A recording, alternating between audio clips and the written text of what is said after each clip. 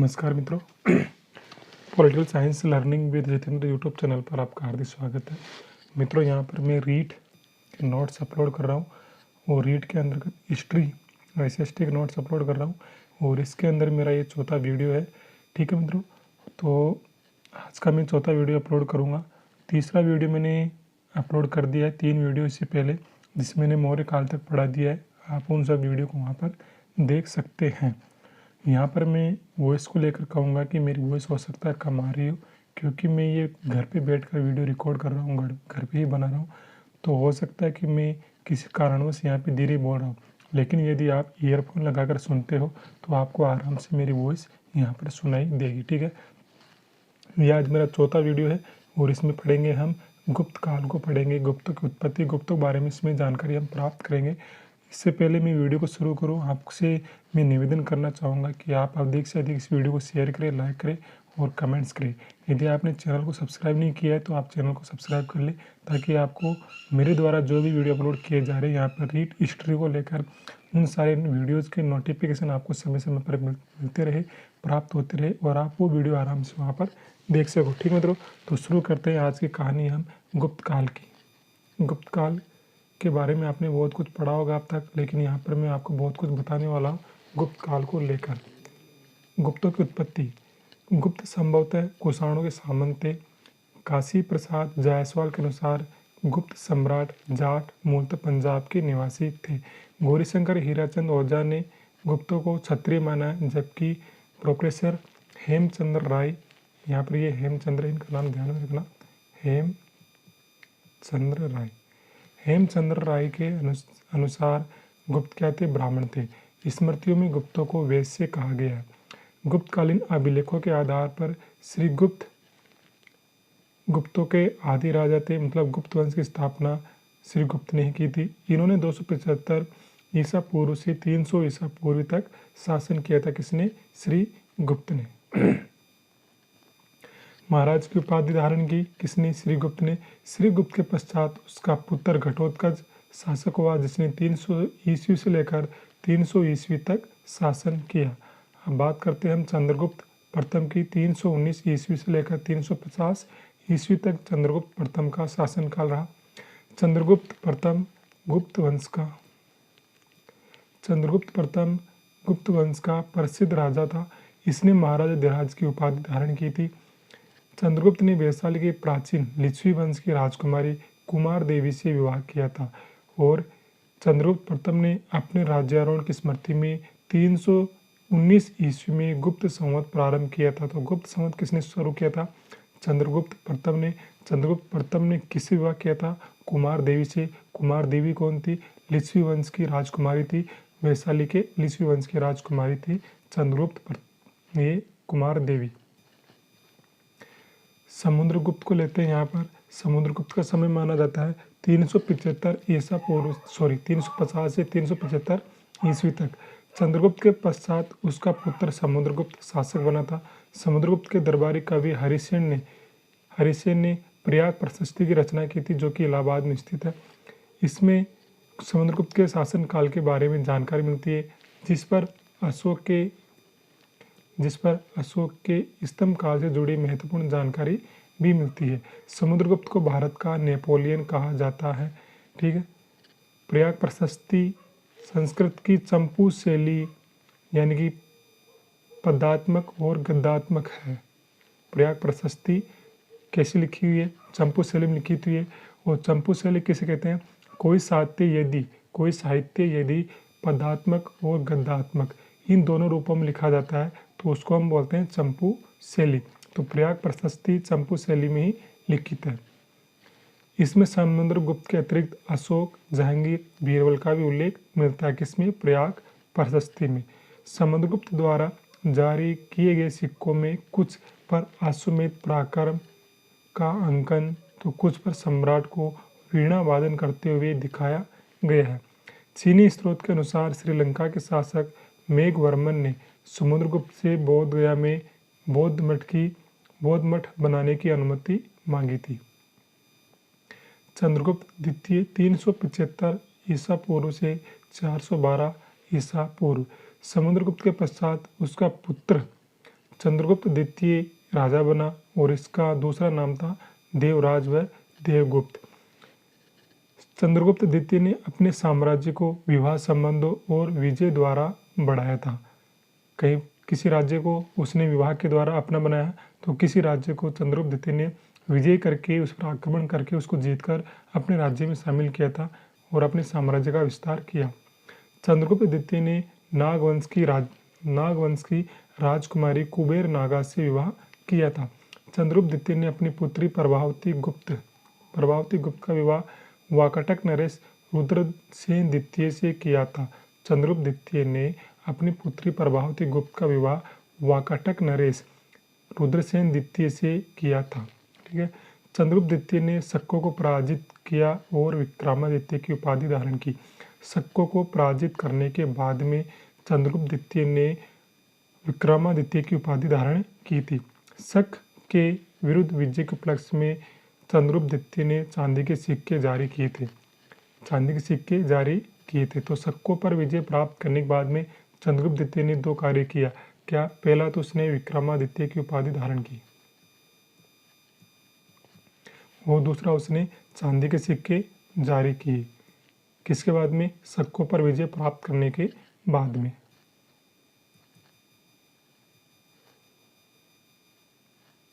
दिल्ली के महरौली लोह स्तंभ अभिलेख में राजा चंद्र का नाम उल्लेखित मिलता है, जो चंद्रगुप्त द्वितीय के साथ मिलाया जाता है। जो महरौली का लोह स्तंभ है उस पर चंद्र राजा का नाम लिखा हुआ, जिसे इतिहासकार ये अंदाजा लगाते हैं कि ये चंद्र जो नाम लिखा हुआ वो चंद्रगुप्त द्वितीय का ही नाम है। चंद्रगुप्त द्वितीय के दरबार में कालिदास और अमर सिंह जैसे विद्वान रहते थे। फाहियान चंद्रगुप्त द्वितीय के शासनकाल में भारत रहा था। वो 399 ईसा पूर्व में आया और 414 ईस्वी तक रहा था। चंद्रगुप्त द्वितीय के दरबार में नवरत्न थे। कौन कौन से थे? कालिदास, वराहमिहिर, शंकु, धन्वंतरि। पूछा जाता है ये चंद्रगुप्त द्वितीय के दरबार में कौन से नवरत्न थे, कौन से नहीं थे, ये पूछा जाता है, तो आपको ध्यान में रखना है। कालिदास, वराहमिहिर, शंकु, धन्वंतरि और शपनक, अमर सिंह, वेताल भट्ट, घटकरपर और वररुचि, ये चंद्रगुप्त द्वितीय के नवरत्न थे जो चंद्रगुप्त द्वितीय के दरबार में रहते थे। अब बात करते हैं हम कुमारगुप्त की। इसका शासनकाल माना जाता है 415 से 455 ईस्वी तक। हिंसांग ने कुमारगुप्त का नाम शक्रादित्य बताया है। हिंसांग ने कुमारगुप्त का नाम क्या बताया? शक्रादित्य। कुमारगुप्त ने बड़ी संख्या में मुद्राएं जारी करवाई थी और कुमारगुप्त द्वारा जारी की गई मुद्राओं का एक बड़ा भंडार बयाना भरतपुर से प्राप्त हुआ है। गुप्तकालीन जो सिक्के हमको राजस्थान में कहाँ से प्राप्त हुए? बयाना भरतपुर से, जो किससे संबंधित है? कुमारगुप्त से, जिसमें चांदी की मयूर शैली की सर्वोत्कृष्ट मुद्राएं भी प्राप्त हुई है।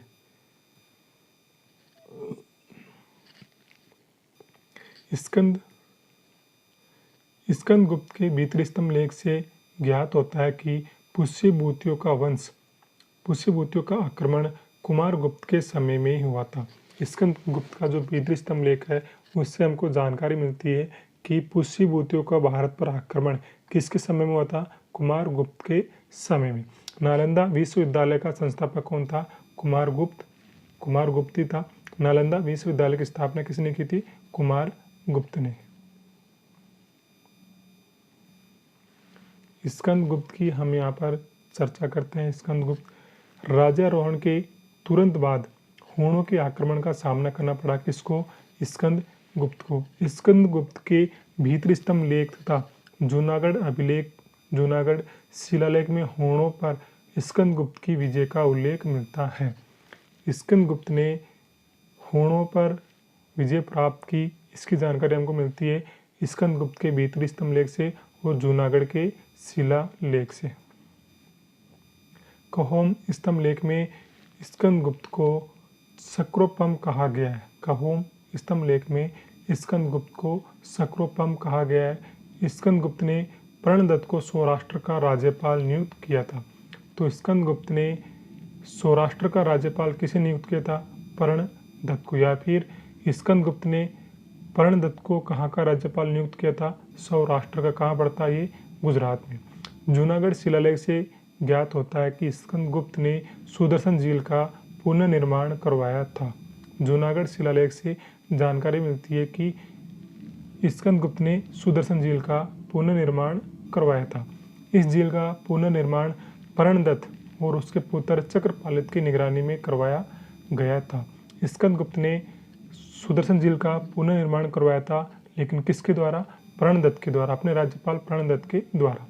परवर्ती गुप्त शासक नरसिंहगुप्त, कुमारगुप्त द्वितीय, बुद्धगुप्त, वेन्यगुप्त, भानुगुप्त, कुमारगुप्त तृतीय, विष्णुगुप्त आदि ने मिलकर 467 ईस्वी से 550 ईस्वी तक शासन किया था। गुप्तकालीन स्मारक देखते हैं। पार्वती मंदिर कहाँ पर है? नचना कुटार, मध्य प्रदेश में। गुप्तकालीन पार्वती मंदिर कहाँ स्थित है? नचना कुटार, मध्य प्रदेश में। और शिव मंदिर कहाँ है? गुप्तकालीन भुमरा, नागौद, मध्य प्रदेश में। दशावगढ़ का देवगढ़ का दशावतार मंदिर कहाँ स्थित है? देवगढ़ में। विष्णु मंदिर, गुप्तकालीन विष्णु मंदिर कहाँ पर स्थित है? तिगवा, जबलपुर, मध्य प्रदेश में। गुप्त काल में अनुदान में प्राप्त भूमि के ग्रहीता को सामंत कहा गया। गुप्त काल में जिन लोगों को अनुदान में भूमि दी जाती थी उनको सामंत कहा जाता था। धीरे धीरे सामंत भूमि पर वास्तविक शासक बन गया। गुप्त शासकों ने सर्वाधिक स्वर्ण सिक्के जारी किए थे। सर्वाधिक स्वर्ण सिक्के किसके द्वारा जारी किए गए थे? गुप्त शासकों के द्वारा सर्वाधिक स्वर्ण सिक्के जारी किए गए थे। और गुप्तकालीन सोने के सिक्के को दिनार कहा गया है। फाहियान के अनुसार विनिमय का साधन कौड़ी थी।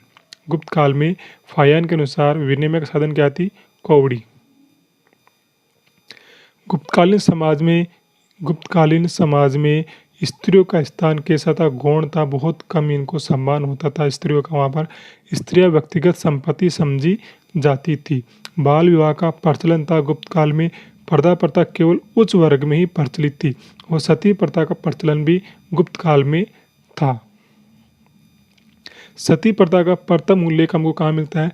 510 ईस्वी के एरन अभिलेख से हमको सती प्रथा का प्रथम बार उल्लेख मिलता है। गुप्त काल में नारद ने 15 प्रकार के दासों का उल्लेख किया है। गुप्त काल में नारद ने 15 प्रकार के दासों का उल्लेख किया है। दासों की स्थिति कैसी थी? दयनीय, बहुत खराब तरीके से रखा जाता था। दासों का बहुत यहाँ पर शोषण होता था।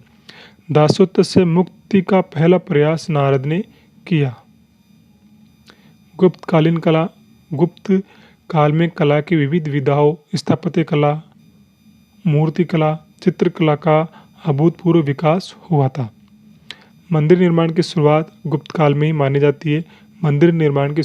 गुप्त काल में ही मानी जाती है। गुप्तकालीन मंदिरों में सर्वोत्कृष्ट देवगढ़ का दशावतार मंदिर है।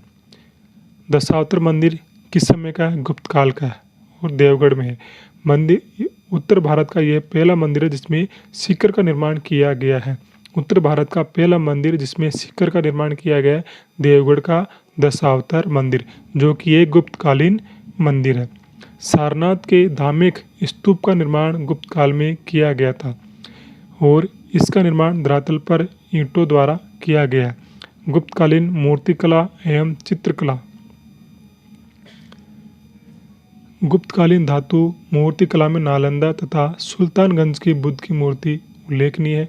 गुप्त काल की मूर्ति में कुषाण कालिक नग्नता, कामुकता का पूर्ण लोप हो गया था। गुप्त काल में चित्रकला के क्षेत्र में अभूतपूर्व प्रगति हुई। इस काल की चित्रकला के अवशेष अजंता गुफाएं कहाँ पर है? औरंगाबाद महाराष्ट्र में, तथा बाकी गुफाओं से प्राप्त होते हैं। बाकी गुफाएं मध्य प्रदेश में। गुप्तकालीन चित्रकला के अवशेष हमको प्राप्त होते हैं अजंता गुफाओं से और बाकी गुफाओं से। अजंता की गुफाएं औरंगाबाद महाराष्ट्र में और बाकी गुफाएं मध्य प्रदेश में। अजंता गुफा की चित्रकारी को सर्वप्रथम 1819 में सर अलेक्जेंडर ने देखा था। अजंता गुफा की चित्रकारी को सर्वप्रथम 1819 में किसने खोजा था? अलेक्जेंडर ने। अजंता गुफाएं बौद्ध धर्म की महायान शाखा से संबंधित है। अजंता की गुफाएं बौद्ध धर्म की किस शाखा से संबंधित है? महायान शाखा से संबंधित है। और अजंता गुफा में कुल 29 गुफाएं हैं, जिनमें से वर्तमान में 6 गुफाएं ही शेष है, बाकी 23 गुफाएं समाप्त हो गई है, जिसमें से गुफा संख्या 16 तथा 17 को गुप्तकालीन माना जाता है। 29 गुफाएं जिनमें से केवल शेष 6 बची है, और इनमें से भी 16 और 17 कौन सी गुफा है? गुप्तकालीन गुफा है। गुफा संख्या 17 को गुप्तकालीन माना जाता है, और गुफा संख्या 16 में मरणासन राजकुमार का चित्र प्रशंसनीय है। मरणासन राजकुमार का चित्र गुफा संख्या 16 में बना हुआ है। गुफा संख्या 17 के चित्र जिसे चित्रशाला कहा गया है, गुफा संख्या 17 के चित्रों को चित्रशाला कहा गया है। इसमें बुद्ध के जन्म, जीवन, महाविनिशीकरण और महापरिनिर्वाण की हमको जानकारी प्राप्त होती है। तो अजंता की कौन सी गुफा में बुद्ध के जन्म, जीवन, महाविनिशीकरण, महापरिनिर्वाण की जानकारी प्राप्त होती है? तो गुफा संख्या 17 में, और ये गुप्तकालीन है। और 16 नंबर में मरणासन राजकुमार का चित्र है। बाकी गुफाएं ग्वालियर के समीप विंध्य पर्वत को काटकर बनाई गई थी। वो मध्य प्रदेश में है। 1818 ईस्वी में डेजरफील्ड ने इन गुफाओं को खोजा था। डेंजर था तो बाघ कोई पकड़ सकता है, तो डेजरफील्ड ने बाकी गुफाओं खोजा, और जेम्स अलेक्जेंडर ने अजंता की गुफाओं को खोजा था 1819 में, जहाँ से 9 गुफाएं मिली है।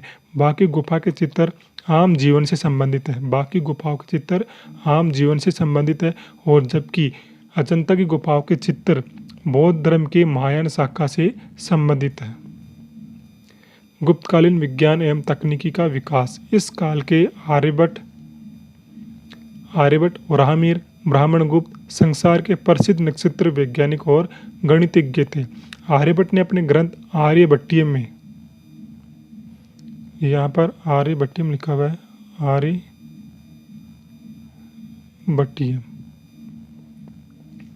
आर्यभट्टी में सर्वप्रथम बताया गया है कि पृथ्वी गोल है, वह अपनी धुरी पर घूमते हुए सूर्य के चक्कर लगाती है, जिससे सूर्य ग्रहण और चंद्र ग्रहण होते हैं।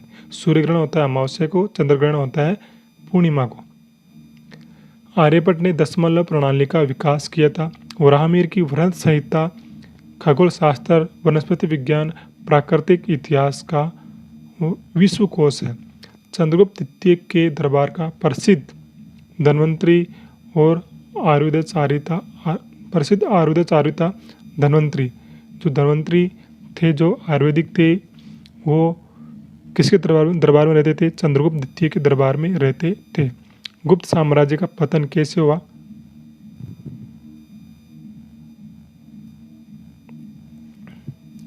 गुप्त साम्राज्य का पतन विभिन्न कारणों का परिणाम था। इसके पतन के मुख्य कारण माने जाते हैं आनुवंशिक शासकीय पद। जो भी शासकीय पद थे, जो भी राजकीय पद थे, वो आनुवंशिक रूप से लोगों को प्राप्त होते थे। अयोग्य और दुर्बल अधिकारी हुए, शासन व्यवस्था का सामंतीकरण कर दिया गया, बाहरी आक्रमण अधिक हुए, और आर्थिक संकट भी गुप्त काल में होने लगा था। गुप्त काल में कला व संस्कृति। गुप्तकालीन प्रशासन देखते हैं। गुप्त काल को हिंदू संस्कृति का स्वर्ण युग व क्लासिकल युग कहा गया है। गुप्त काल को हिंदू संस्कृति का स्वर्ण युग व क्लासिकल युग कहा गया है। गुप्त साम्राज्य उत्तर में हिमालय से दक्षिण में विंध्य पर्वत तक तथा पूर्व से बंगाल की खाड़ी से लेकर पश्चिम में सौराष्ट्र तक था। गुप्त साम्राज्य की राजधानी कौन सी थी? पाटलिपुत्र। और इसको मेगास्थनीज ने अपनी पुस्तक में क्या है? पोलीबोर्ता।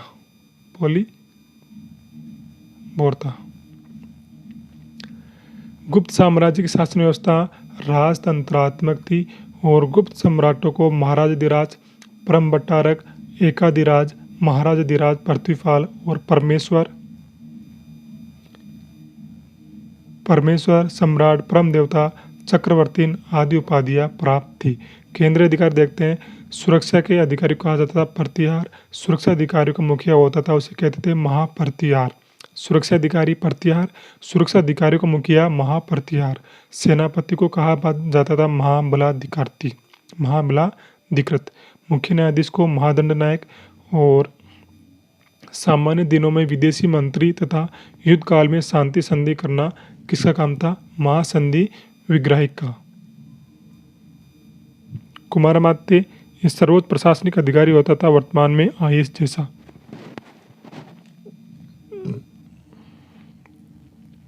अमात्य गुप्तकालीन नौकरशाह था। पुस्तपाल भूमि का लेखा जोखा रखने वाला जो होता था उसको पुस्तपाल कहते थे। दंडपाशिक गुप्तकालीन पुलिस अधिकारी होता था। दंडपाशिक वर्तमान एसपी के समान। गोलमिक वन अधिकारी होता था। विनय स्थिति स्थापक सर्वोच्च धार्मिक अधिकारी होता था। महाअक्षपाटलिक आय व्यय का ब्यौरा रखने वाला होता था, मतलब लेखाधिकारी आज का सीएजी। सोलविक सीमा शुल्क वसूलने वाला अधिकारी होता था। और ध्रुवाधिकारिणिक राजस्व संग्रहण करने वाला अधिकारी। रण बड़ागारिक ये सेना की सामग्री जुटाने वाला होता था। रण भंडारिक इसको हम पढ़ सकते हैं भंडारिक। रण भंडारिक मतलब सेना के लिए युद्ध सामग्री जुटाने वाला। महाभंडाराधिकृत कोषाध्यक्ष होता था ये। और अग्राहिक दान विभाग का प्रमुख। कर्णिक लिपिक समुद्रगुप्त के समय महादंडनायक, महासंधि विग्राहक व कुमारमात्य तीनों पद हरिसेन के पास में थे। समुद्रगुप्त के समय महादंडनायक, महासंधि विग्राहक और कुमारमात्य ये तीनों पद केवल हरिसेन के पास में थे। यानी कि गुप्त काल में एक व्यक्ति के पास में एक से अधिक पद रह सकते थे, जबकि चंद्रगुप्त द्वितीय के समय ये तीनों पद हरिसेन के पुत्र वीरसेन के पास में थे। गुप्तों का राज्य चिन्ह क्या था? गरुड़। और राजा को विष्णु के रूप में पूजा जाता था। गुप्त काल में प्रांतीय शासन। गुप्त काल में प्रांतों को भुक्ति, अवनी, देश कहा जाता था। गुप्त प्रशासन के प्रमुख प्रांतीय काल प्रांतीय प्रशासक। चंद्रगुप्त द्वितीय, तीरभुक्ति, गोविंदगुप्त, कुमारगुप्त प्रथम, पूर्वी मालवा, एरन, घटोत्कच। यहाँ से आपको कुछ भी याद करने की आवश्यकता नहीं। मैं वैसे यहाँ पर ये पढ़ रहा हूँ, सिलेबस में आ रहा तो, लेकिन एग्जाम में यहाँ से कोई क्वेश्चन नहीं आएगा, आप देख लेना चाहिए इसे।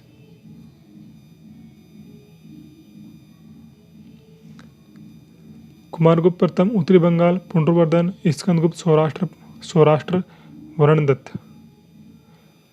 अन्य प्रांत पश्चिमी मालावंती, मगध आदि। गुप्त साम्राज्य की इकाई विभाजन देखते हैं। गुप्त साम्राज्य का इकाई विभाजन।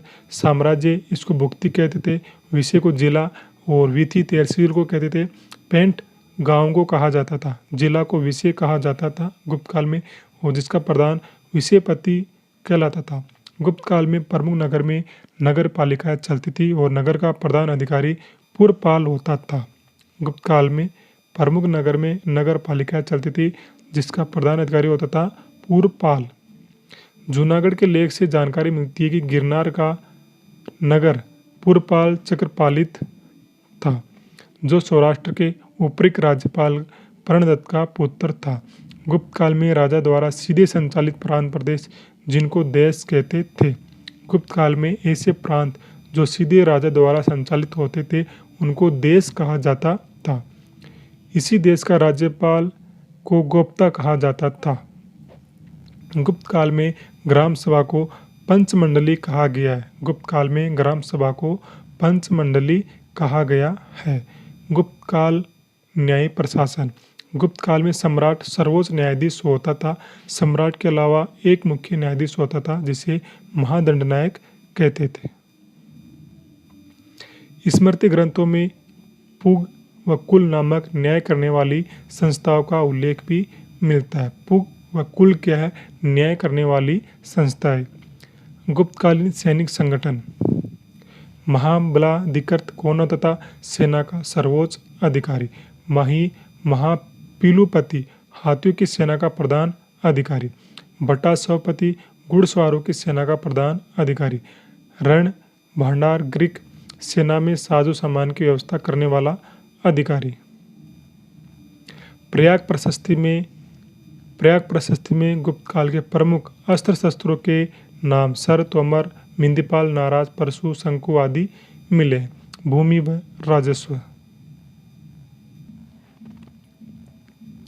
भूमि व राजस्व।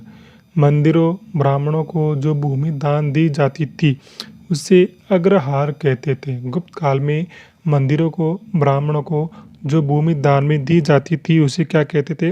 अग्रहार। यह भूमि सभी प्रकार के करों से मुक्त होती थी। गुप्त काल में भूमि कर संग्रह के लिए भू आलेखों को सुरक्षित रखने के लिए महापक्ष, पटलिक और कर्णिक नाम के अधिकारी होते थे। गुप्त अभिलेखों में भूमि कर को उद्रंग व भाग कर कहा गया है। गुप्त काल के जो अभिलेख उसमें भूमि कर को उद्रंग व भाग कर कहा गया है। स्मृति ग्रंथों में इसे राजा की वृत्ति बताया गया, किसे? भूमि कर को। गुप्त काल में राजस्व उपज का छठा भाग कर के रूप में लिया जाता था, यानी कि 1/6 भाग कर के रूप में वसूल किया जाता था गुप्त काल में उपज का। गुप्त काल में नगर की वस्तुओं के आयात निर्यात पर भूतोपात प्रत्यय नामक कर का उल्लेख मिलता है, यानी कि कोई भी वस्तु अगर आयात या निर्यात की जा रही है तो उनके पर भूतोपात प्रत्यय नामक कर लगाया जाता था गुप्त काल में। स्कंदगुप्त के बिहार लेख में सोलकिक नामक अधिकारी का उल्लेख है और वह सीमा शुल्क विभाग का प्रमुख अधिकारी होता था। गुप्त काल में कर की दर 1/4 से 1/6 के बीच में थी। कृषक हिरण्य या नगद में अन्न दोनों रूप में कर जमा करा सकते थे। हिरण्य मतलब नगद में और में का मतलब अन्न में, किसी भी रूप में अपना टैक्स जमा करवा सकते थे। सामाजिक जीवन गुप्तकालीन कैसा था? तो गुप्त काल में वर्ण व्यवस्था जातियाँ थी। 4 वर्ण थे: ब्राह्मण, क्षत्रिय, वैश्य और शूद्र। गुप्त काल में मृच्छकटिक रचना में चारुदत्त नामक ब्राह्मण को शार्त्रवा कहा गया है।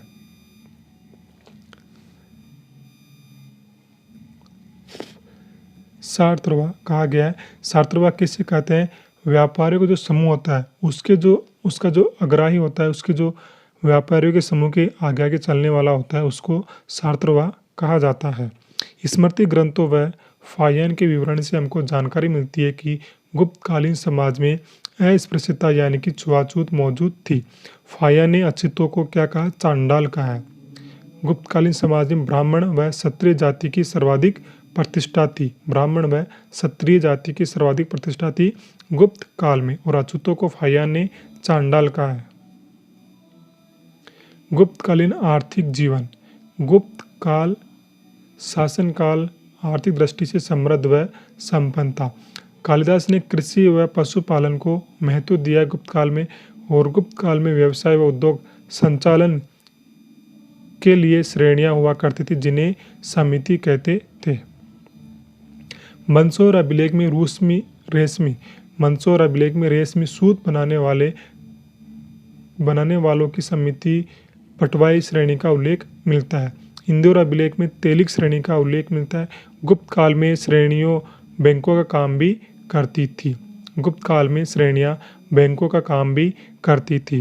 में सोने व चांदी के सिक्के का अनुपात था 1:16। सोने व चांदी के सिक्के का अनुपात था 1:16। कब? गुप्त काल में। गुप्त काल में उज्जैनी, बड़ौज, प्रतिष्ठान, विदिशा, पाटलिपुत्र, प्रयाग, ताम्रलिप्ति, वैशाली, अहिच्छत्र, कौशाम्बी, मथुरा आदि प्रमुख व्यापारिक नगर थे। चंद्रगुप्त द्वितीय ने उज्जैनी को अपनी दूसरी राजधानी के रूप में विकसित किया था। गुप्त काल में भारतीय मालवाहक जहाजों का निर्माण करने लगे थे। गंगा, नर्मदा, कृष्णा, गोदावरी, ब्रह्मपुत्र नदियों से व्यापार होता था। गुप्त काल में बंगाल में ताम्रलिप्ति व पश्चिम भारत में भृगुकच्छ मतलब भड़ोच प्रमुख बंदरगाह थे। गुप्तकालीन प्रमुख बंदरगाह थे ताम्रलिप्ति और भृगुकच्छ यानी भड़ोच। गुप्त काल में व्यापारी एक जगह से दूसरी जगह वस्तुओं को लेकर जाते थे और वे ग्रुप में चलते थे। इसे सार्थ और इनके मुखिया को सार्थवा कहते थे। गुप्त काल में व्यापारियों की एक समिति होती थी जिसे निगम कहा गया है। निगम के मुखिया को श्रेष्ठी कहा गया है। गुप्त काल में व्यापारियों की एक समिति होती थी जिसे निगम कहा गया है और इस निगम के मुखिया को श्रेष्ठी कहा गया है। गुप्तकालीन धार्मिक जीवन। गुप्त सम्राट वैष्णव धर्म के अनुयायी थे और परम भागवत की उपाधि धारण करते थे। गुप्त सम्राट वैष्णव धर्म के अनुयायी थे और परम भागवत की उपाधि धारण करते थे। गुप्त काल में ब्राह्मण हिंदू धर्म की उन्नति के प्रख्यात है। गुप्त काल ब्राह्मण यानी हिंदू धर्म की उन्नति के लिए विख्यात है, प्रसिद्ध है। समुद्रगुप्त ने बहुत विद्वान वसुबंधु को अपने पुत्र की शिक्षा देने के लिए नियुक्त किया था। गुप्त काल में उत्तर भारत में वैष्णव धर्म अत्यधिक प्रचलित हुआ। गुप्त काल में भगवान विष्णु के मंदिरों का निर्माण शुरू हो गया था। गुप्त काल में विष्णु के अलावा नाग, सूर्य, शिव, यक्ष, दुर्गा, गंगा, यमुना आदि की उपासना होती थी। गुप्तकालीन साहित्य और विज्ञान। गुप्तकालीन साहित्य और विज्ञान।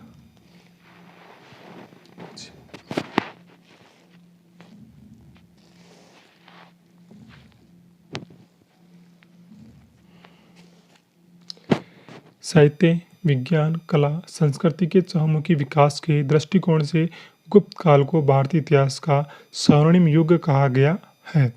इसी काल को क्लासिकल युग या पेरिक्लिन युग भी कहा जाता है। गुप्तकालीन युग को गुप्त काल में संस्कृत भाषा की उन्नति हुई। गुप्त काल की राजभाषा कौन सी थी? संस्कृत। गुप्त शासक संस्कृत भाषा व साहित्य के प्रेमी थे। प्रयाग प्रशस्ति में समुद्रगुप्त को कविराज की उपाधि दी गई है। हरिसेन की प्रसिद्ध कृति यानी रचना प्रयाग प्रशस्ति है, जिसे इसमें काव्य कहा गया और इसका आधा भाग पद्य में और आधा भाग गद्य में, यानी कि ये चंपू शैली में लिखी गई है प्रयाग प्रशस्ति। प्रयाग प्रशस्ति से अकबर बीरबल जहांगीर की भी जानकारी हमको प्राप्त होती है। वीरसेन साहब की रचना उदयगिरि गुहालेख है। वीरसेन साहब की रचना कौन सी है? उदयगिरि गुहालेख। कुमारगुप्त का प्रथम दरबारी कवि कौन था? वत्स भट्टी। कुमारगुप्त का प्रथम दरबारी कवि कौन था? वत्स भट्टी। वह संस्कृत का प्राकंड विद्वान था। कौन? वत्स भट्टी, जो किसके दरबार में था? कुमारगुप्त के दरबार में। मालवा प्रदेश के दसपुर में सूर्य मंदिर स्थित है और इसका उल्लेख हमको मंदसौर प्रशस्ति से प्राप्त होता है। कवि कालिदास चंद्रगुप्त द्वितीय के समकालीन थे। कवि कालिदास ने 7 ग्रंथों की रचना की। कुमार संभव, रघुवंश, ऋतुसंहार, मेघदूत, विक्रमोर्वशीय, मालविकाग्निमित्रम और अभिज्ञान शाकुंतलम। कालिदास को भारत का शेक्सपियर कहा गया है। रघुवंश 19 सर्गों का सर्वश्रेष्ठ महाकाव्य है। सर्गों का मतलब है यहाँ पर अध्याय। रघुवंश में कुल कितने अध्याय है? 19। कुमार संभव में 17 सर्ग है। संपूर्ण संस्कृत साहित्य का सर्वोत्कृष्ट नाटक कौन सा है? अभिज्ञान शाकुंतलम। किरातार्जुनीयम महाकाव्य 8 सर्गों में लिखा गया है, जिसका लेखक कौन है? भारवी। किरातार्जुनीयम के लेखक है भारवी। ठीक है। मर्मस्थितिका नाटक किसने लिखा? शूद्रक ने लिखा, जिसमें कुल कितने अंक है? 10 अंक है। मर्मस्थितिका नाटक लिखा था शूद्रक में और इसमें 10 अंक है। वही अध्याय, अंक मतलब अध्याय है। मुद्रा राक्षस देवी चंद्रगुप्तम नाटक की रचना विशाख दत्त ने की थी। मुद्रा राक्षस और देवी चंद्रगुप्तम नाटक की रचना विशाख दत्त ने की थी। मुद्रा राक्षस भारत का प्रथम जासूसी ग्रंथ माना जाता है। वासवदत्ता की रचना सुबंधु ने की थी। चांद्र व्याकरण संस्कृत व्याकरण ग्रंथ की रचना बंगाल विद्वान चंद्रगोमिनी ने की। पंचतंत्र कथा संग्रह की रचना विष्णु शर्मा ने की थी, जिसका सर्वाधिक 50 भाषाओं में अनुवाद हो चुका है। किसका? पंचतंत्र का। अमरकोश की रचना अमर सिंह ने की। कामंदक का नीतिसार और वात्स्यायन का कामसूत्र गुप्त काल की रचना है। रावणवध या भट्टी काव्य की रचना भट्टी ने की थी। रावणवध या भट्टी काव्य रचना किसने की? भट्टी ने। वराहमिहिर की वृंत संहिता और अग्निपुराण रचना प्रसिद्ध है। वराहमिहिर की वृंत संहिता और अग्निपुराण वराहमिहिर की रचना है। विज्ञान एवं तकनीकी विकास। गुप्त काल के आर्यभट्ट, वराहमिहिर, ब्राह्मणगुप्त संसार के प्रसिद्ध नक्षत्र वैज्ञानिक और गणितज्ञ थे। आर्यभट्ट ने अपने ग्रंथ आर्यभट्टम में सर्वप्रथम प्रस्तुत किया कि पृथ्वी क्या है? गोल है और अपनी दूरी पर घूमते हुए सूर्य के चक्कर लगाती है, जिससे सूर्य ग्रहण और चंद्र ग्रहण होते हैं। आर्यभट्ट ने ही दशमलव प्रणाली का विकास किया था। वराहमिहिर की व्रत संहिता खगोल शास्त्र, वनस्पति विज्ञान और प्राकृतिक इतिहास का विश्वकोश माना जाता है। चंद्रगुप्त द्वितीय के दरबार का प्रसिद्ध आयुर्वेदाचार्य कौन था? धन्वंतरी। यानी कि धन्वंतरी चंद्रगुप्त द्वितीय के दरबार में रहते थे। आर्यभट्ट चंद्रगुप्त द्वितीय के नवरत्नों में शामिल नहीं थे, ये ध्यान में रखना है। आर्यभट्ट चंद्रगुप्त द्वितीय के नवरत्नों में शामिल नहीं थे।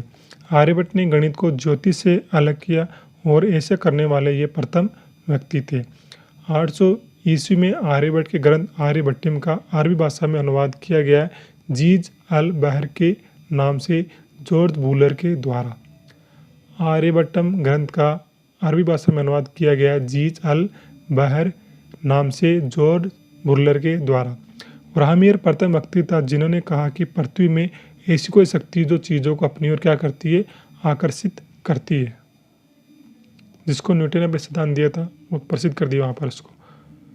ब्रह्मगुप्त प्रथम ऐसे व्यक्ति थे जिन्होंने गुरुत्वाकर्षण सिद्धांत का प्रतिपादन किया। सर्वाधिक गुरुत्वाकर्षण कहाँ पाया जाता है? दक्षिणी ध्रुव पर, पृथ्वी पर। चंद्रगुप्त द्वितीय का महरौली लोह स्तंभ लेख गुप्तकालीन धातु विज्ञान का अद्भुत नमूना माना जाता है, जिस पर अभी तक भी कोई जंग नहीं लगा है। बाहर धूप में, छाँव में, पानी में, बारिश में, सब जगह वो खड़ा रहता है, लेकिन अभी तक भी उसके ऊपर जंग नहीं लगी है। बिहार के सुल्तानगंज से प्राप्त बुद्ध की खड़ी हुई तांबे की प्रतिमा 1 टन वजनी और 7.5 फीट ऊंची है, जो कि धातु विज्ञान का एक उत्कृष्ट नमूना माना जाता है। चंद्रगुप्त द्वितीय के दरबारी नवरत्न थे कालिदास व धन्वंतरी, वराहमिहिर, अमर सिंह, सपनक शंकु, धन्वंतरी, सपनक शंकु, वेताल भट्ट, गढ़गरपर और वररुचि। बौद्ध दार्शनिक नागार्जुन गुप्त काल में रसायन व धातु विज्ञान का विद्वान था। नागार्जुन सोना, चांदी, तांबा, लोहा आदि में रोग प्रतिरोधक क्षमता पाई जाती है और इनके भस्म से रोग निवारण व पारे की खोज की गई थी। रस चिकित्सा सिद्धांत की रचना नागार्जुन ने की थी। रस चिकित्सा सिद्धांत की रचना नागार्जुन ने की थी। प्रख्यात विश्वविख्यात ज्योतिषाचार्य वराहमिहिर की सर्वप्रमुख रचना है वरह जातक। पंच सिद्धांतिका, व्रत संहिता, लघु जातक आदि वराहमिहिर की रचनाएं हैं। पंच सिद्धांतिका, व्रत संहिता, लघु जातक आदि वराहमिहिर की रचनाएं हैं। गुप्तकालीन वास्तु कला, मंदिर निर्माण कला।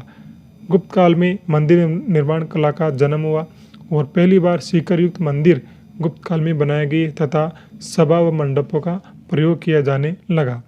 मंदिर निर्माण की कौन कौन सी शैलियाँ गुप्त काल में प्रचलित थी? तो नागर शैली। यह शैली उत्तर भारत में प्रचलित थी और इसे आर्य शैली भी कहा जाता है। किसे? नागर शैली को आर्य शैली भी कहा जाता है। और इस शैली की विशेषता है, इस शैली में शिखर, विशाल शिखर व सभा मंडलों का प्रयोग होता है। भारत में प्रथम शिखर युक्त मंदिर उत्तर प्रदेश झांसी में स्थित देवगढ़ का दशावतार मंदिर माना जाता है। द्रविड़ शैली, यह मूलतः दक्षिण भारत में प्रचलित थी और इसकी विशेषता है, द्रविड़ शैली में मंदिरों के विशाल प्रवेश द्वार होते थे जिन्हें गोपुरम कहा गया है। इन मंदिरों का आकार पिरामिड के समान व निर्माण बड़ी बड़ी चट्टानों को काटकर किया जाता था। पल्लव व चोल शासकों द्वारा इस शैली में मंदिरों का निर्माण करवाया गया। पल्लव और चोल शासकों ने द्रविड़ शैली में मंदिरों का निर्माण करवाया था। और गोपुरम किसे कहते थे? द्रविड़ शैली में बने हुए मंदिरों के जो प्रवेश द्वार होते थे उन्हें गोपुरम कहा जाता था। बेसर शैली, यह शैली नागर व द्रविड़ शैली दोनों का मिला जुला रूप है। इसे खच्चर या चच्चर शैली भी कहा जाता है। किसे? बेसर शैली को। बेसर शैली को खच्चर या चच्चर शैली भी कहते हैं। क्यों? क्योंकि ये नागर और द्रविड़ शैली दोनों का मिला जुला रूप है। चालुक्य शासकों ने इस शैली का विशेष प्रयोग किया था। किस शैली का? नागर शैली का। किसने? चालुक्य शासकों ने। और चालुक्य संरक्षण के कारण इस शैली का प्रयोग उत्तर, पश्चिम, दक्षिण पूर्वी क्षेत्रों में किया गया। एकायतन शैली, ऐसा मंदिर जिसके गर्भगृह में एक ही प्रतिमा, एक ही मूर्ति हो, उसे एकायतन शैली कहा जाता है। नागर शैली, गुप्त काल के मंदिर इस शैली में निर्मित है। नागर शैली में द्रविड़ शैली दक्षिण भारत की प्रमुख शैली मानी जाती है। एकायतन गर्भगृह में एक ही प्रतिमा होती है, एक ही मूर्ति होती है, उसे एकायतन शैली कहते हैं।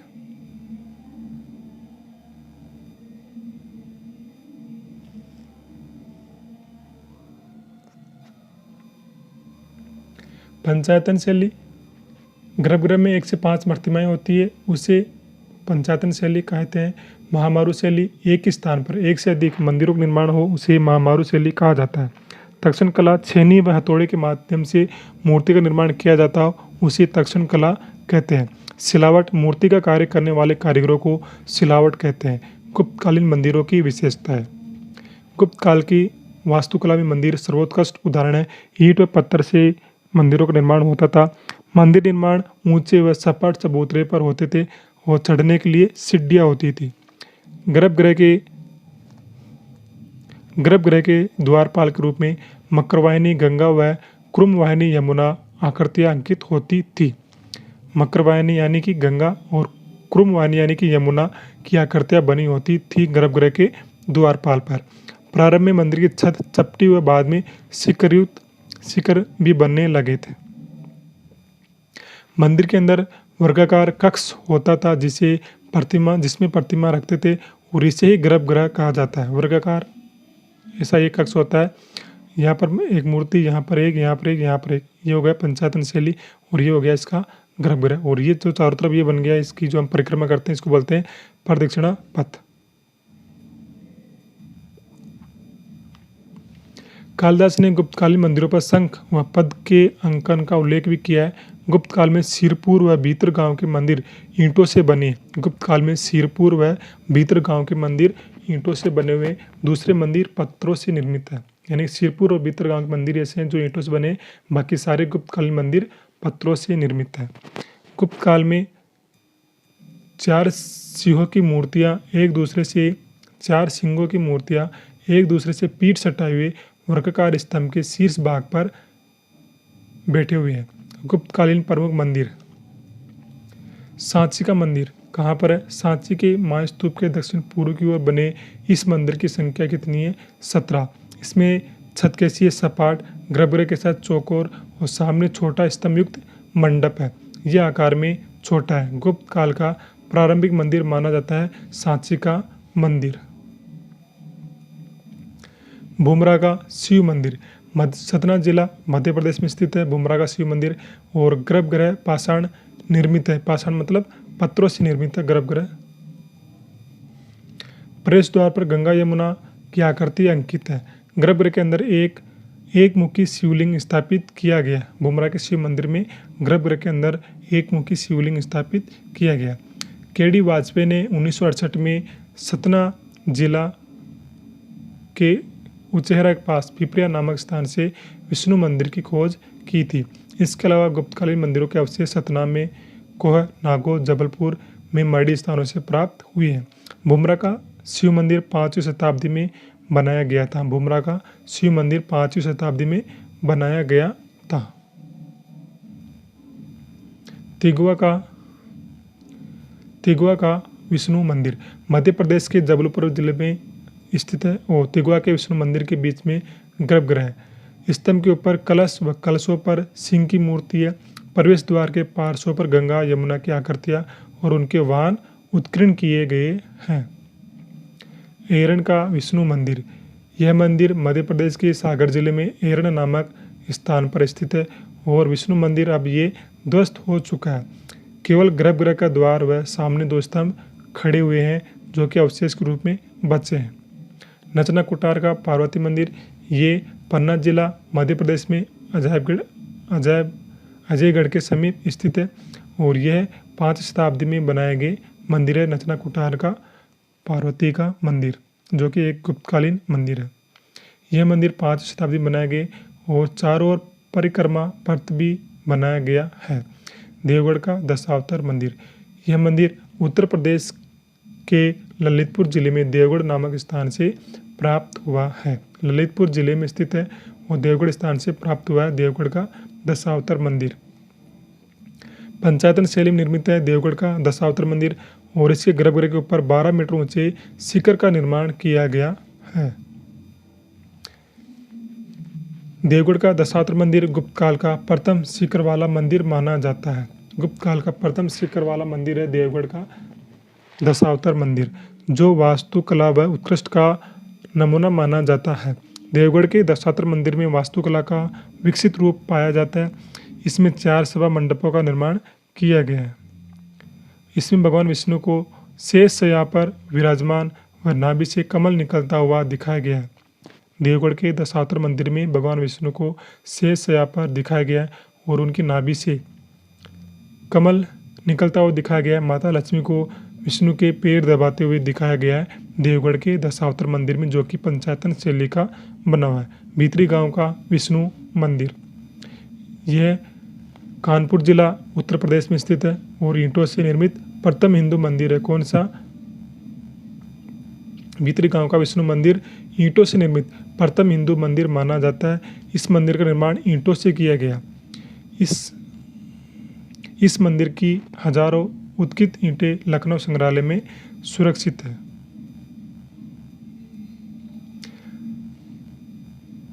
यह वर्गाकार चबूतरे पर बना है। गर्भगृह की भी वर्गाकार है और गर्भगृह के सामने क्या है? मंडप है।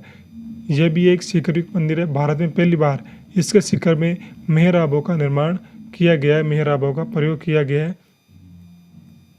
भीतरी गांव के शिव मंदिर में पहली बार मेहराबों का प्रयोग किया गया है।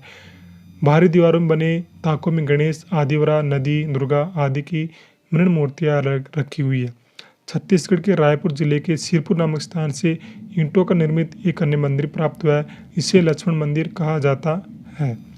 राजस्थान के कोटा से मुकुंद दर्रा, कोटा का दर्रा से मंदिर प्राप्त हुआ है, जो प्रारंभिक गुप्त मंदिर है। शिव मंदिर खो, नागौद, मध्य प्रदेश। गुप्त मंदिरों की मुहर, गया बिहार के विष्णुपाद मंदिर की मुहर में विष्णुपाद स्वामी नारायण शब्द का उल्लेख मिलता है। वैशाली के सूर्य मंदिर की मुहर पर भगवतो आदित्य से शब्द खुदे हुए हैं। स्तूप तथा गुहा स्थापत्य कला। गुप्तकालीन 2 बौद्ध स्तूप है, जिन्हें राजगृह स्थित जरासंध की बैठक सरासंध का सारनाथ का धमेक स्तूप का निर्माण इसी काल में हुआ है। नरसिंह गुप्त बालादित्य ने नालंदा में बुद्ध का भव्य मंदिर बनवाया था। अजंता की गुफाएं औरंगाबाद महाराष्ट्र जिले में स्थित है। अनिष्टा गांव में स्थित है अजंता की गुफाएं और कुल 29 गुफाएं और शेष कितनी बची है? अभी 6। गुप्तकालीन गुफा इसमें संख्या 16 और 17 नंबर की। 1819 में अजंता गुफाओं की खोज मद्रास रेजिमेंट के एक सैनिक अलेक्जेंडर कनिंघम ने की थी। ये एक का मतलब यहाँ पर अलेक्जेंडर। तो अजंता गुफाओं की खोज 1819 में अलेक्जेंडर कनिंघम ने की थी। इन गुफाओं को निर्माण वाकाटक नरेश पृथ्वीसेन द्वितीय के सामंत वराहदेव व्याघ्रदेव द्वारा करवाया गया था।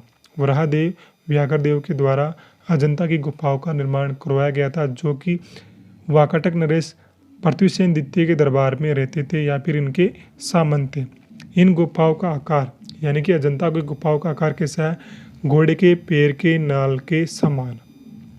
चैत्य या गुफाएं किसे कहते हैं? बिहार बौद्ध मठों को चैत्य गुफाएं कहते हैं। इनकी संख्या 4 है, जो गुफा संख्या 9, 10, 19, 26 में स्थित है।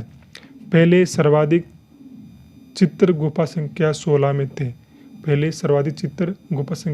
थे। परंतु अब सर्वाधिक चित्र गुफा संख्या 17 में है। वर्तमान में गुफा संख्या 17 में सर्वाधिक चित्र है, पहले 16 में थे। और इससे गुफा संख्या 17 को चित्रशाला भी कहा जाता है।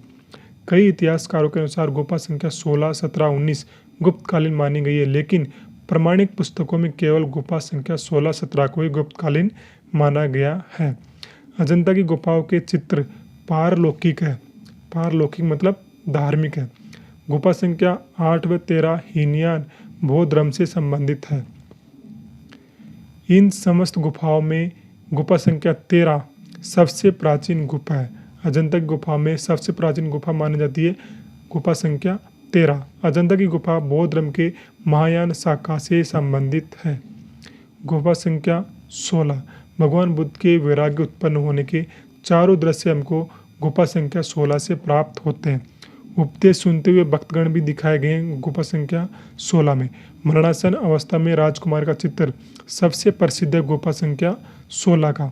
इस गुफा का यानी कि गुफा संख्या 16 का सबसे प्रसिद्ध चित्र है। यह राजकुमारी भगवान बुद्ध के भाई नंदीवर्धन की पत्नी सौंदर्य थी। यह गुफा अजंता के विहारों में सबसे उत्कृष्ट मानी जाती है। गुफा संख्या 17 वर्तमान में सर्वाधिक चित्र गुफा संख्या 17 में, इसलिए गुफा संख्या 17 को चित्रशाला कहा जाता है। इसमें गुफा संख्या 17 में बुद्ध के गृहता का महाविनिशीकरण का चित्रण किया गया है, जीवन का, जन्म का, सबका। भगवान बुद्ध की पत्नी यशोधरा द्वारा अपने पुत्र राहुल को दान में देते हुए चित्रण किया गया गुफा संख्या 17 में। अजंता की गुफाओं के अन्य चित्र देखते हैं। झूला झूलती राजकुमार का चित्र गुफा संख्या 2। बैठी हुई स्त्री का चित्र गुफा संख्या 9 में। पुजारियों का दल स्तूप की ओर जाते हुए गुफा संख्या 9 में दिखाया गया है। सांडों की लड़ाई गुफा संख्या 11 में। और गुफा संख्या 1 में पुलकेशिन द्वितीय द्वारा ईरानी शासक परवेज शाह खुसरो का स्वागत करते हुए दिखाया गया है। गुप्तकालीन मूर्तिकला के प्रमुख केंद्र मथुरा। इस मूर्तिकला में खड़े बुद्ध की प्रतिमा को दर्शाया गया है। मथुरा में जो बुद्ध की प्रतिमा बनी है वो खड़ी बनी हुई है। सारनाथ, इस मूर्तिकला में बैठे हुए बुद्ध की प्रतिमा को दर्शाया गया है। सारनाथ में सो गए, मथुरा में खड़े हो गए बुद्ध जी, ऐसे याद रख सकते हो। पाटलिपुत्र सुल्तानगंज बिहार से बुद्ध की 7 से 5 फीट ऊंची तांबे की प्रतिमा प्राप्त हुई है, जो वर्तमान में बर्मिंघम संग्रहालय में स्थित है। गुप्त काल की मूर्ति में कुषाणकालीन नग्नता एवं कामुकता का पूर्णतः लोप हो गया था।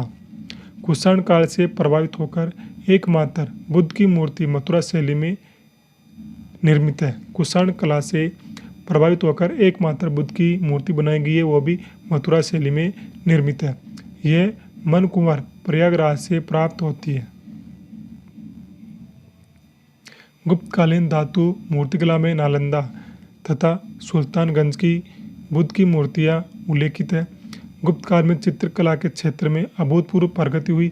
इस काल के चित्रकला के अवशेष अजंता महाराष्ट्र के औरंगाबाद तथा बाकी गुफाएं मध्य प्रदेश से गुफाओं से प्राप्त होते हैं। बाकी गुफाएं ग्वालियर के समीप विंध्य पर्वत को काटकर बनाई गई थी। बाकी गुफाएं ग्वालियर के समीप विंध्य पर्वत की गुफाओं को काटकर बनाई गई थी और इन बाकी गुफाओं की खोज 1818 में डेंजरफील्ड के द्वारा की गई थी, जहां से 9 गुफाएं हमको मिली है। बाकी गुफाओं से बाकी गुफा के चित्र आम जीवन से संबंधित है, जबकि अजंता गुफाओं के चित्र पारलौकिक अर्थात धार्मिक है। महरौली लोह स्तंभ से जानकारी मिलती है कि चंद्रगुप्त ने विष्णुपद नाम पर्वत पर विष्णु स्तंभ का निर्माण करवाया था। 6 मूर्तियाँ। करमदंडा शिव की चतुर्मुखी मूर्ति है। खो एकमुखी शिवलिंग है। गुप्तकालीन शिव के अर्धनारीश्वर रूप की 2 मूर्तियां मथुरा संग्रहालय में सुरक्षित है। बुमरा के शिव मंदिर के गर्भगृह में एक शिवलिंग स्थापित है। विदिशा से शिव के हरिहर स्वरूप की प्रतिमा जो इस समय दिल्ली संग्रहालय में स्थित है। गुप्त काल की बनी मयूरासनासीन का कार्तिकेय की एक सुंदर मूर्ति पटना संग्रहालय में सुरक्षित रखी गई है। आर्यभट्ट गुप्तकालीन शासकों के नवरत्नों में यानी कि चंद्रगुप्त द्वितीय के नवरत्नों में शामिल नहीं थे, ध्यान में रखना है। गुप्त संवत का श्रेय गुप्त संवत को शुरू करने का श्रेय चंद्रगुप्त प्रथम को जाता है। कब शुरू किया था? 319 ईस्वी में। परंतु इस संवत का सर्वप्रथम प्रयोग चंद्रगुप्त द्वितीय के समय मथुरा अभिलेख में किया गया है। चंद्रगुप्त द्वितीय ने कालिदास को अपना दूत बनाकर कुंतल देश भेजा था। चंद्रगुप्त द्वितीय ने कालिदास को अपना दूत बनाकर कुंतल देश भेजा था। फाहियान चंद्रगुप्त द्वितीय के शासनकाल के दौरान भारत आया था। फाहियान चंद्रगुप्त द्वितीय के शासनकाल के दौरान भारत आया। वो 399 ईस्वी से लेकर 414 ईस्वी तक भारत में रहा। फाहियान भारत में धर्माचार्य के रूप में आया था, मतलब बौद्ध धर्म की शिक्षा ग्रहण करने के लिए। बौद्ध धर्म के विस्तृत ज्ञान प्राप्ति हेतु भारत आया कौन? फाहियान। और फाहियान का प्रसिद्ध ग्रंथ माना जाता है फूको की। और इसने अपने इस ग्रंथ में चंद्रगुप्त द्वितीय के बारे में उल्लेख नहीं किया है। चंद्रगुप्त द्वितीय के समय में ही भारत आया और उसी का उल्लेख इसने नहीं किया है अपनी पुस्तक फूकोकी में।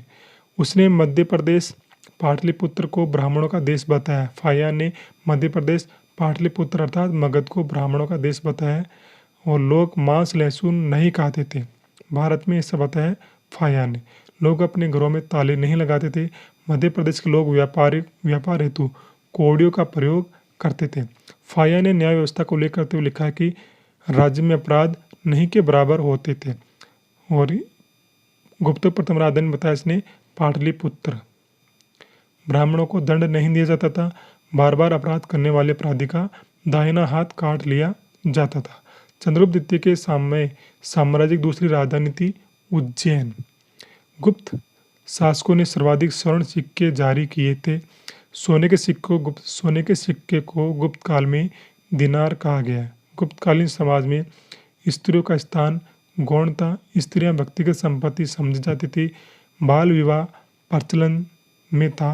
पर्दा प्रथा केवल उच्च वर्ग में प्रचलित था और सती प्रथा का भी प्रचलन था, जिसका उल्लेख हमें सर्वप्रथम भानुगुप्त के 510 ईस्वी के हिरण्य अभिलेख से इसकी जानकारी हमको मिलती है सती प्रथा की। गुप्त काल में नारद ने 15 दासों का उल्लेख किया है। दासों की स्थिति कैसी थी? दयनीय। और दासत्व दासत्व से मुक्ति प्राप्त करने का पहला प्रयास किया था किसने? नारद ने। ठीक है, तो ठीक मित्रों, तो रीड का मैं ये वीडियो आज का मेरा यहीं पे समाप्त कर रहा हूँ। इसमें हमारा गुप्त काल पूरा हो गया है। इससे अगले वीडियो में हम गुप्तोत्तर काल की चर्चा करेंगे। इस वीडियो को मैं यहीं पे स्टॉप कर रहा हूँ। आप इस वीडियो को अधिक से अधिक शेयर करें, लाइक करें और चैनल को यदि आपने सब्सक्राइब नहीं किया है तो आप सब्सक्राइब कर लें, ताकि आपको मेरी ओर से जो भी वीडियो अपलोड किए जा रहे हैं उनकी नोटिफिकेशन आपको समय समय पर प्राप्त हो सके। ठीक मित्रों, तो मिलेंगे नेक्स्ट वीडियो में एक नई जानकारी के साथ में। तब तक के लिए जय हिंद, जय भारत, जय संविधान।